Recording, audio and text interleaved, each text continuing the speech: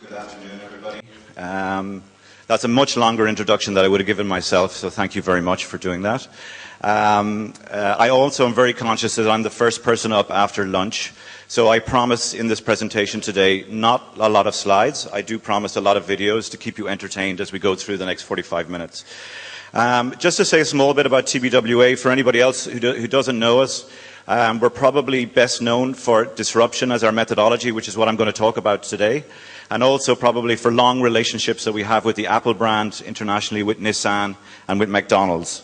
So disruption, in a word, is about growth, it's about innovation, it's about making leaps forward for brands that we work with. So today I'm going to talk about two things. I'm going to talk about the disruption methodology and how we work it, and then I'm going to talk about disruption and technology in particular, because it's a real point of innovation. So let's talk about disruption in China first of all. Anybody here who works in China will know that it's changing very quickly and constantly and dramatically, and we live with that every day. And I guess working in this market for the last 4 years, it's amazing how sometimes you become unconscious of that, stepping outside of it, because of the constant rate of change. And I think a big difference has happened in terms of, particularly from advertising point of view and what we do for our clients. A few years ago, if you were talking to brands in China, competing here was I think easier. It was a much more simple formula. You could grow simply by entering new cities, opening new retail channels, launching new products, and sometimes those products didn't even have to be very good, and you could be successful, and you could deliver double-digit growth, and that was continual. And in that context, from an advertising point of view, what agencies were asked to do was to follow that growth, and in a lot of cases with what I would say very informational, very basic, rational type of advertising, just to serve that growth. And the focus, really, if you were talking to clients, was about supply chain, distribution, retail footprints, and how they were going to continue to grow. So advertising was kind of down the business agenda. But that game has changed, and particularly on the eastern seaboard. It's a very different conversation that we're having with our clients these days. And, companies, brands have to fight for growth in a much more competitive environment. And in that environment, what matters is branding, creativity, and innovation. And that's what's going to make the difference to help companies differentiate in this marketplace. So let me start with an example.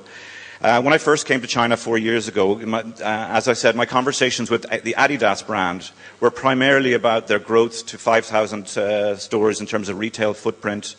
And the role of advertising was to follow that growth with basic, functional, informational type advertising. Much more recently, we talk about the fact that we have really strengthened the depth of relationship with women in China around sports for the Adidas brand. And on the back of a campaign that we have been running for the last 3 years, have delivered over 40% sales growth year on year in this category for the Adidas brand. So let me show you a piece of work which comes out of our disruption methodology. And what you'll see about this work is it's very clearly based on insight about how Chinese women feel about sport, about participating in sport, which for them is much more a social activity than it is in the way it's perceived in terms of the West with women. So can we play that commercial, please? And turn on the lights.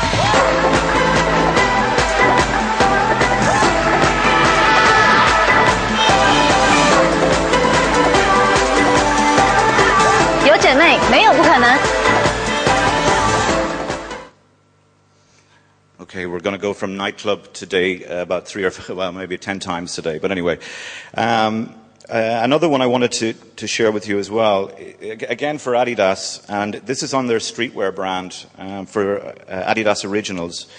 We were the only market in the world to allowed to do work as part of the global campaign for Originals this year.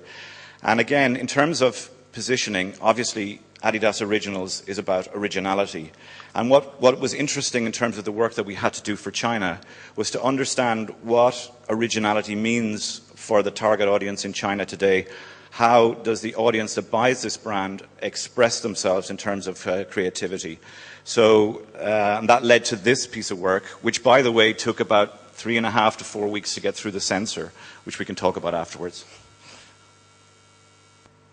他们说太粉了，太粗暴，太放肆，太浮夸，太假，太快，太呆，太娘，太 man， 太完美，太幼稚，太狂热，太懒，太怪，太晚。太不巧，这就是我。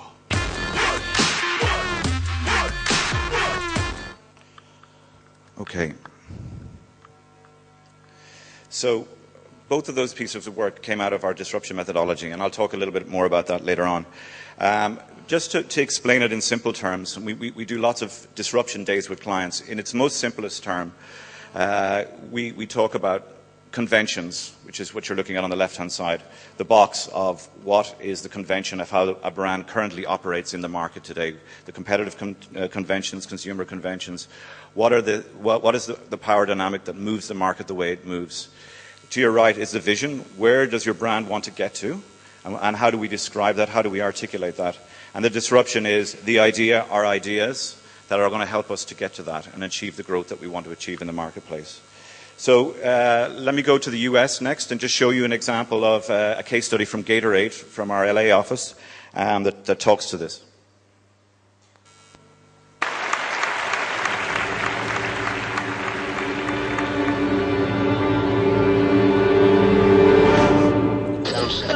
Recently, college football Saturdays have looked more like Fashion Week in New York. Young athletes have been led to believe that what they put on makes all the difference. You're basically seeing a design sensibility that's aimed at 17-year-olds.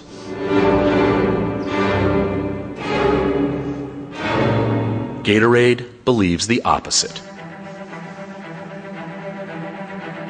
That athletic performance is driven from the inside. Our idea? What you put in your body is more important than anything you put on it. Your moisture-wicking fabric isn't enough. Your zero-weight shoes aren't enough. Your carbon fiber racket isn't enough. The apps that track, analyze, and motivate you aren't enough. Nothing you put on is. It's up to you. You and what's inside you. What you put into it is what you get out of it. Simple as that.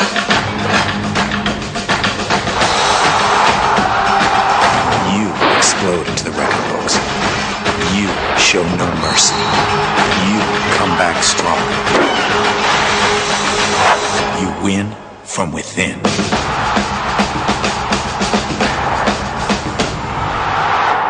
We asked athletes what they thought.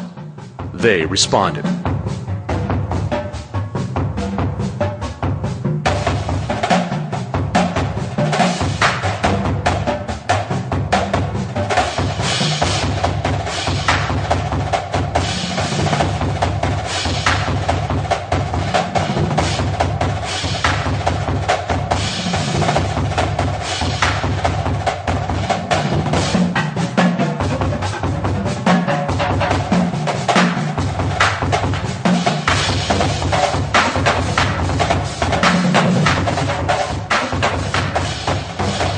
We created a branded entertainment series that documented 11 NFL rookie hopefuls for 6 months to prove that what athletes put in their bodies makes the difference. And we ended at the Olympics with the same message. What athletes put in matters most. We weren't there on billboards. We weren't there on buses. We weren't on commemorative snow globes. We weren't there officially sponsoring anything. We were there for real. Inside the bodies of some of the greatest athletes on Earth.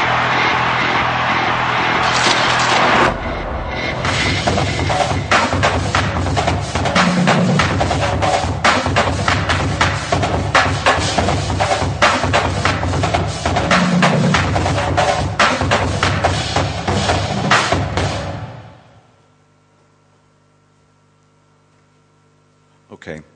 So there's an example of some work that came out of a disruption process that we had with Gatorade, and you can see in terms of the disruption, in is greater than on. A very simple idea, but executed in a big way. So we've done, how we work this, we've done thousands of disruption days around the world with different clients, and really the magic of it for me, having been through lots of them, is when on the client side, we bring a multidisciplinary group of people, everybody from HR to sales to field marketing and everybody else into the room, along with the CEO of the company that we're dealing with. And on the agency side, again, people from different skill sets, all together working through this process over the course of a day or 2 days or 3 days, depending on what's required.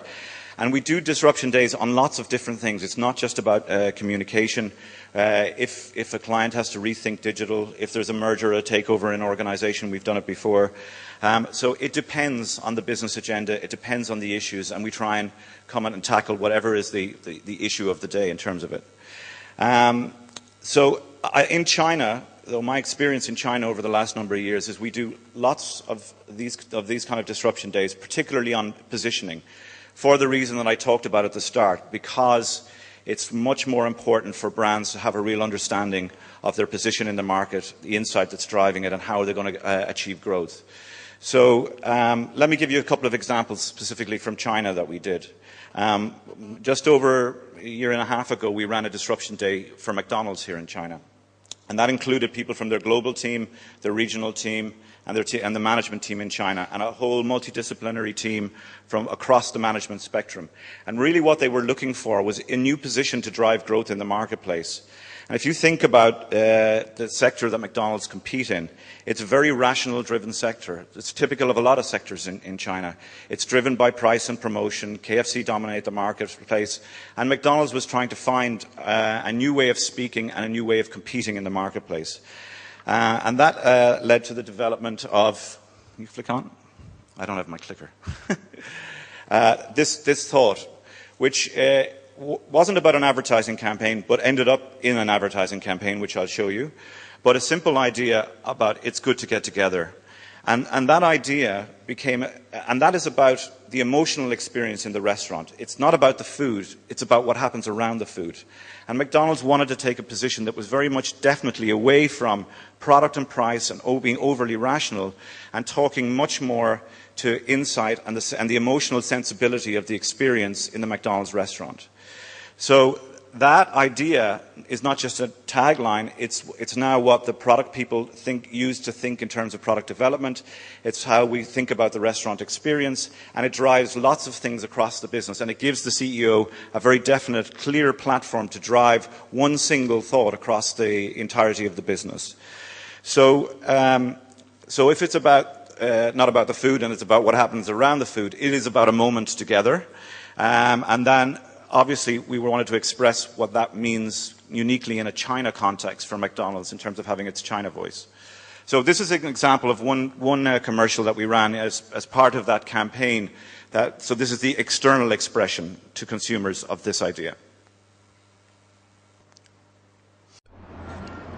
哎，你明天面试几点？明天早上8点啊。如果明天早上面试成功的话，就会有一份很好的工作。 到时候我们换一个好一点的房子住，再买辆车。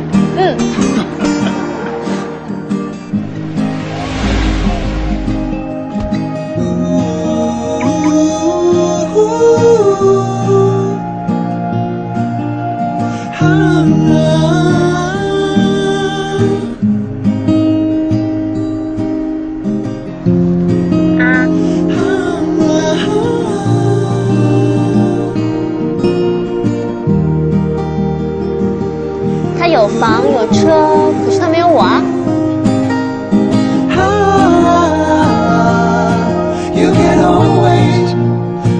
麦当劳让我们好在一起。My apologies to the non-Chinese speakers in the room. The VO fell off the bottom. But what the guy is talking about, he's stressed about going for an interview the next day and achieving success. And then he sees the guy in the car and the girl tells him not to worry. It's all right. You have me no matter what. So it's just a simple story in terms of the emotional connection. And it plays to the stresses of a lot of the reality of life in modern China. Okay, just to go somewhere completely different. This is another piece of work that we did a couple of years ago with GE in China, and I particularly like this work. This was a B2B campaign, actually, and it was briefed as a B2B campaign, but the brief was, we're just another big American corporate in China, and we're seen to be that way, here for short-term gain, here for profit. How do we convey a story about our long-term position in China, that we're here to partner China in sustainable growth for this country, and we want to reflect that in a way that shows that we appreciate the culture of China.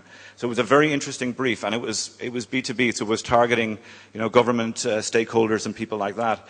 And actually, what it ended up as is this video campaign that I'm going to show you, and we actually put it onto key digital platforms to a much wider audience than we originally intended, to spark a conversation about GE in China and to make it more than just a direct B2B piece, but something that a broader audience could appreciate in terms of GE's position, and then obviously build on that in terms of targeting the key stakeholders.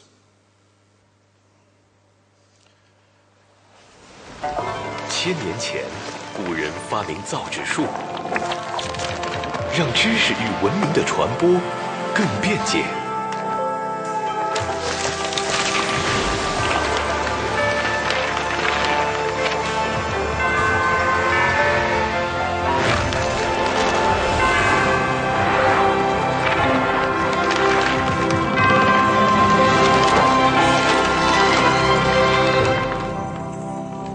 古时智慧与当代科技相映成趣。今天 ，GE 理解医疗服务对便捷的需求，创新发明 V-Scan 超声诊断仪，轻巧便携，帮助先进医疗服务走进千家万户，方寸之间守护健康。GE 想到做到。Okay. And I mentioned these cases in particular to go back to my original point because they're really, for me, a lot to do with the kind of innovation that we see happening for clients that we work with in China. Really trying to find a voice for your longer term position that's really connected to the local culture, but also is, aligned to what the global position of the brand is. And I think advertising agencies, our sector, have a huge role and responsibility to play with clients, to work with clients to help develop this kind of thinking. Okay, for the second half of my presentation, I'm going to talk about disruption and technology a little bit more. Before I do, this is just a little sort of sideways segue, but it sort of leads into technology. Recently we've just been appointed the global agency for Airbnb, and we've started to work with them in China, and we ran a disruption day in the agency over 2 days a couple of months ago. And just for fun, as part of that disruption day, we wanted to talk about the consumer experience and what it was really like. So we got one of the rooms in the agencies designed like an Airbnb room. And then we said, just for fun, let's put it up on Airbnb and put a price on it and see what happens. A very cheap price, you'll note, in terms of staying in central Shanghai. And what was amazing for me about that, in terms of both for us and for Airbnb, is that got 10 million views in China. 8 journalists rang us up and asked to stay the night. And we get 50 guest applications. And I suppose what's interesting in the context of the technology and social media market that we all live in China is how a disruption workshop, something that would be quite internal in a client world, can become something, a story for the agency and a story for the client. So just a bit of fun. Anyway, to go on and talk about disruption and technology. Obviously, everybody here, how technology impacts your brand and your brand story is an important part of what we're all concerned with as we develop brands and mind brands in China and go forward. For us, you know, it's a simple thing. If coming from the advertising agency side, I guess when you play with technology on behalf of your client, it's really about looking for ways in which you can use that technology to enhance the brand experience that our clients offer their customers. So we look for ways to make the experience more interesting or the communication more interesting, and that's the focal point, because what we're looking to do with technology is to enhance the brand story, and that can be very big things and dramatic things. It can be very small and simple things. So, for instance, this is one from our Dubai office that won an award in Cannes for such a simple idea. This is a fridge magnet. Goes on your fridge, and should you want your favorite pizza, you press that button, and 30 minutes later it turns up. And it's a really dangerous thing for your waistline, obviously, but I just think it's such a simple, beautiful idea of enhancing the ordering experience in the pizza category. Okay, here's a bigger one from New Zealand that we did, and in this case we brought together something that's very popular in China, selfies, something that's very popular all over the world, drones, and created dronies. So let's watch this. One of New Zealand's greatest features is its landscape, but the most common photos taken in New Zealand are selfies, and they don't do the place any justice at all. So Tourism New Zealand created this instead.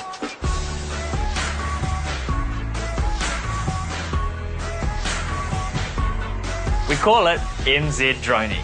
It's the first drone-operated selfie service that takes a selfie with an epic New Zealand backdrop. We launched the service to local and international travellers in partnership with Twitter. Once captured, the NZ Dronies were automatically edited and watermarked and could easily be shared across social networks. The travellers with the best NZ Dronies were awarded with prizes.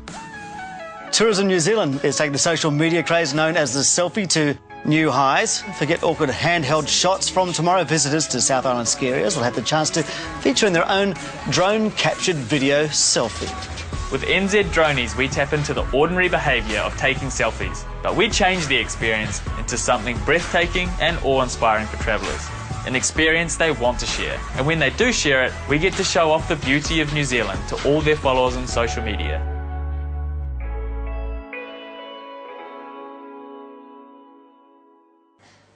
Okay. So, I mean, as everybody in this room will know, technology is a complex thing to deal with and to organize inside your organization. We obviously can't have everything everywhere in the world, and what we have done is created specialist centers of excellence around the world that help support how we apply technology to our clients. So for instance, in Hong Kong, we have a social media arts lab. In Dallas, Texas, we have a retail arts lab focused on technological innovation and retail. In New Zealand, we have a UX lab that's focused on UX, and et cetera, et cetera. I mean, interestingly enough, for China, we also have a gaming lab in Finland who had a relationship with Rovio, which allowed us to create a partnership, the first in the world partnership with McDonald's and Angry Birds 2 years ago, an Angry Burgers promotion, which was good fun and actually ended up getting exported to other parts of the world. So it's a good example of how you can leverage the specialist expertise around the world and bring it into different markets depending on what you're looking to do and how you're looking to leverage a particular client situation. Okay, I'm going to hit you with a few more. Here's a good example of how technology can, I think, really invigorate. Oh no, that's the next one. Sorry, this is my favorite one. Excuse me. I always put in your personal favorite, and for reasons of love of football. But I think this is interesting in a very competitive TV market in the US, sports TV market. Our New York office created this piece of technology, which is a bit of fun.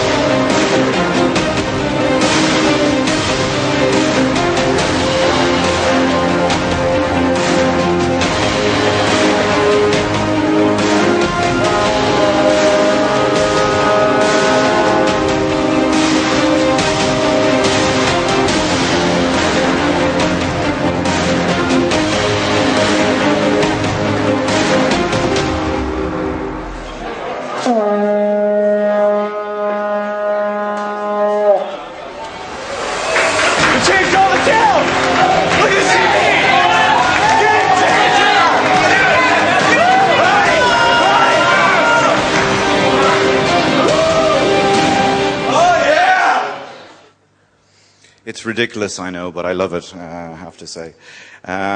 Okay, here's another one from our, another example from our Japanese office. And I think this is a really good example of how technology can invigorate a whole category and make sometimes a category that's sometimes boring or uninteresting into something much more interesting. So, please play. Whiskey, painstakingly crafted, perfectly barrel-aged. But for decades, whiskey hadn't innovated. Until we brought the world a new serving suggestion for our client, Suntory Whiskey.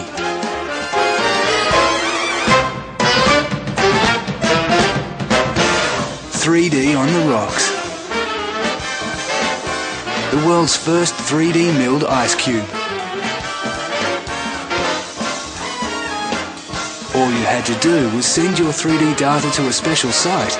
Then, our specially designed CNC router shaved a one-of-a-kind ice creation just for you and uploaded it to our digital gallery.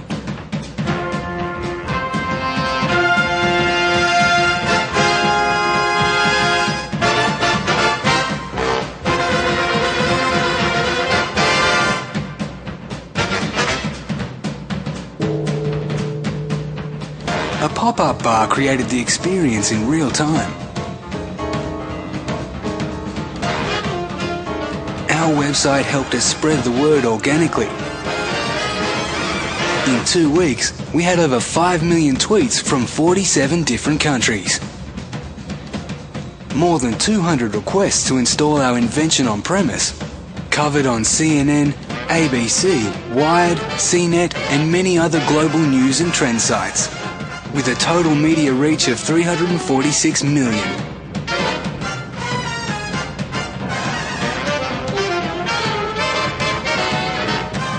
"3D on the Rocks" is now collaborating with fashion brands and the music industry for parties and events. All with a new serving suggestion worthy of such a whiskey. 3D on the Rocks.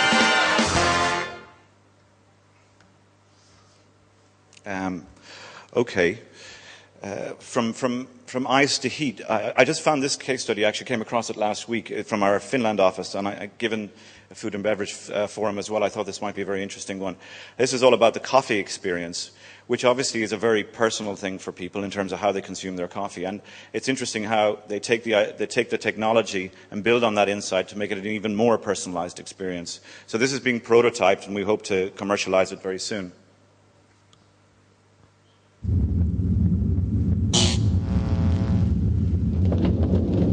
Heat. The transfer of energy from a hotter object to a colder one. It's a central concept in thermodynamics, which makes it a central thing in pretty much everything here on Earth. Well, we're all about coffee, but since coffee is quite hot, it made us think. Coffee is an energy booster for your mind and body, but could we utilize the energy of the hot coffee in a completely new way? We realized that for every cup you pour, there's enough heat energy in it to light up a few diodes for like 20 seconds. Or say, fetching an image from the web and update an e-paper display. Our mission has always been to enrich coffee moments, although this time we approached enriching from a completely new angle. Introducing the Muki by Powerade, a coffee mug with a display, and that's actually powered by coffee. So connecting a Paulig Muki to a mobile app is where the magic starts. The Muki can, for instance, tell you that your coffee is too hot to enjoy. And what's even cooler, as the energy of the hot coffee inside powers the display, you can upload pictures to the e-paper display. So for every cup of fresh hot coffee you pour, you get a new look for your Muki. What do you want to see on your mug when you have a coffee? Your latest Instagram picture? A message from a friend? A daily comic strip? Or why not a nice quote? Go to paulig.com/Muki to be one of the first to get one.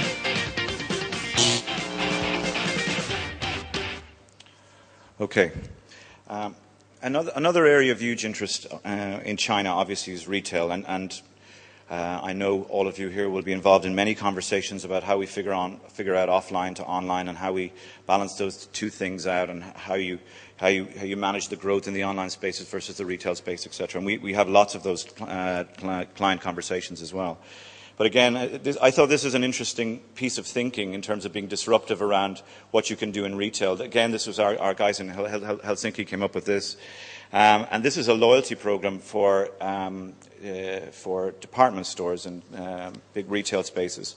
But it takes the principle of what happens in the online space, the cookie that follows you around, and takes that thinking and applies it into the retail space to really enhance the idea of a loyalty program and what you can do with it. So let's play that. Some say e-commerce is killing brick and mortar. Realty investor Sponda disagrees. If e-stores are winning because of their efficient use of data, why not take their best practices and use them in the real world?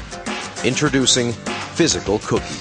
This simple keychain begins the new era of loyalty programs. No apps, no cards, and absolutely no sign-ups. Simply put it in your pocket and you're good to go. It works just like cookies online. When the person carrying it enters the shopping center, the system begins gathering behavioral data, learns from it, and then shows targeted offers and messages. In other words, it makes the retail space react to the customer's shopping habits and interests. Sponda was the first in the world to launch this system at one of Helsinki's busiest shopping centers, City Center, and branded it as the VIP Key loyalty program. Over 14,000 people were given these VIP keys, and instantly, they became part of a loyalty program. While conventional loyalty programs recognize their members only at the cashier, we do that the second our loyal customer walks in the door.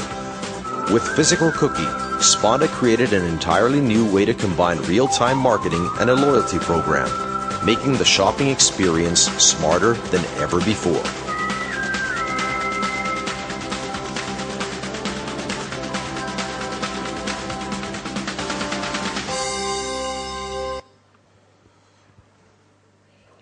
Okay, so we're near the end. I just thought I'd finish with one other example of some work we did a number of years ago, actually, for Skittles in the UK. But I like this one, particularly because I think it's a really good example of what technology can do at its best, where it brings people into the idea and brings people into the story and allows them to participate in a fun and engaging way. Just one language thing for anybody who, just before we go into it. This is about the launch of the blue Skittle in the UK, but it also has a double meaning in English, because blue is about being sad and slightly depressed, so they play off that idea in terms of double meaning. So let me play you this case study. Why are there no blue Skittles? With 2.5 million fans, that question kept coming up on the Skittles UK Facebook page. They had a point. We had no blue. So we listened to the fans and persuaded Skittles they just had to make it. Then we whet the fans' appetites with footage from the Czech factory. Anticipation grew, but we wanted to turn it up a notch. So we announced the blue Skittles truck was leaving the factory. But then we had more news. The trucker had stopped. We sent a film crew over to the Czech Republic to see why. Turns out, he was blue. He said we had to like him. Or else. It was emotional blackmail. Our film crew kept him in contact with the Facebook group.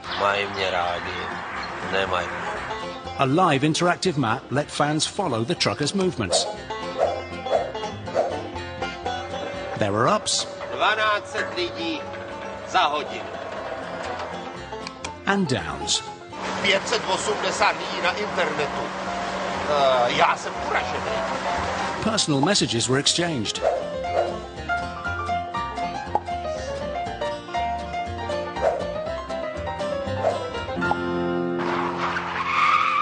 Jaký Jack Hutchins říká, že mám šíleně mutantský palec. Šíleně mutantský palec. But the Facebook group kept this guy going and got their friends to join the effort. Už jedu! Vezu vám Blue Skittles pro všechny! Our fans shared a week in the life of this strange trucker. They ego-stroked him all the way. Some even met him en route. Together, they brought millions of Blue Skittles into the UK. Tady jsou! Then, of course, they rushed down to the shops to buy them. In just 7 days, the trucker received over 80,000 likes, and our page was liked by 500,000 new fans. The Blue Skittles sold out within 3 weeks. After the campaign period, Skittles sales were up a huge 29%. All this by listening to our fans and getting a Blue Skittle made, then making the fans a part of its story. And this Czech trucker's life. Like the rainbow, taste the rainbow. Okay.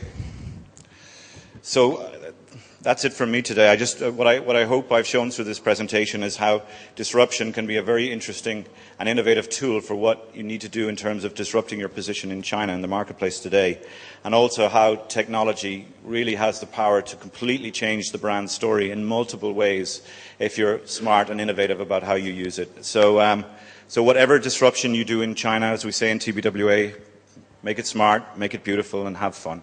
So thank you very much for today. Thank you, Brian. Okay. Okay, I'm complete. Thank you.